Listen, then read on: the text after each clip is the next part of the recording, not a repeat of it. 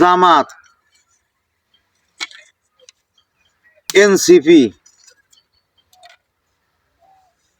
চরমোনাই, খেলাফত মজলিস, আপনারা যারা ঐক্য হয়েছেন, ঐক্যর বাইরে যদি আপনারা চলে যান, এরকম একলা একলা গেলে এরকম ভাবে ভাঙ্গা যাবেন। কেউ ঐক্যর বাইরে যায় না, সবাই ঐক্যবদ্ধ থাকেন। যদি ঐক্যবদ্ধ থাকেন, এই দেশে অবশ্যই ইসলাম বিজয় হবে ইনশাআল্লাহ। সেই সাথে এই দেশে শান্তি এবং ন্যায় প্রতিষ্ঠা হবে। তাছাড়া যদি আপনারা টাকার স্বার্থে বা যে কোনো স্বার্থে যদি আপনারা দল থেকে সরে যান, তাহলে আপনাদের এইভাবে ভাঙতে হবে। আর যদি একত্রভাবে আপনারা থাকেন, 8টি দল, এই দেখেন 8টি দল যারা আছেন, এইভাবে যদি থাকেন, এখন কি ভাঙা যায়? যায়? যায় না। যায় ভাঙা? যায় না। আডু বাজায় ভাঙতে হইব, তাও ভাঙা যায় না।